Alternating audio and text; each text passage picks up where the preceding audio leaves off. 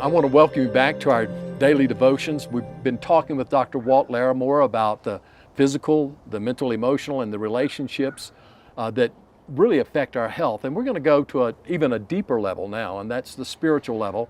And so I want us to talk about how the spiritual level, our relationship there, affects health. And then that sounds funny, and I don't know, let me just ask you this basic question.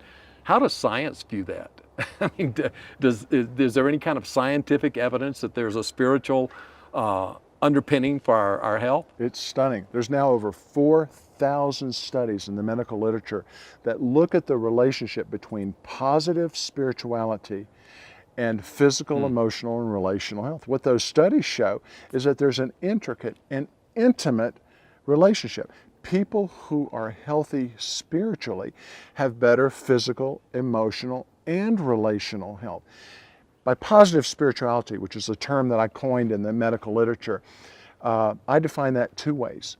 Positive spirituality is spirituality that benefits the person and others around them. Positive spirituality isn't spirituality that blows up people or harms people. Right.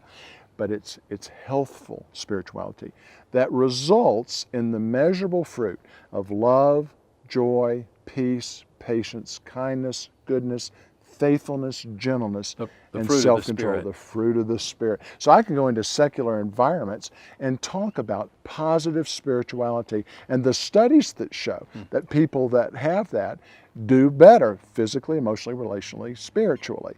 Now it's clear to Christians we're talking about biblical spirituality because the research shows that that is the one that is most highly healthy. So to develop that kind of a relationship, here's a person I'm thinking about, a guy who maybe came to know Christ when he was a young person. He has Christ in his heart, but his life's still a mess. Emotionally, he's a basket case. Relationally, it's very dysfunctional. How does he develop a spiritual basis to help him? I like to think of it this way, Sammy. Think of that spiritual health as a wheel, if you would, with four spokes. And this illustration comes from a fellow named Dawson Trotman. In fact, his two grandsons are working on the crew with us today, but Dawson's who taught me this spiritual wheel. The hub of that is a personal relationship with God through Christ. You cannot have spiritual health until you first have established that relationship with God through Christ, inviting Him into your life, trusting Him. Once He's in, once His Spirit has adopted you, inhabits you, then the potential for spiritual health is there. The vertical spokes of that wheel are our relationship with God. And I think of two critical spokes. One of them is spending that time with God and His Word on a daily basis. God speaks to me through His Word, and I've got to ingest that, take that in on a daily basis. And then prayer, that's talking with Him. So talking with Him, prayer, conversation, and then listening with Him through His Word. That builds my relationship with Him. I call that the vertical spoke, if you would. But then there's the horizontal spoke, and that's got to be balanced in two ways. One is my relationship with other believers, my relationship with Christians. That's my fellowship with them, my church time, my Sunday school time, my small group time. Even the mentoring relationship. Absolutely. But then that's got to be balanced with my relationship with non-believers.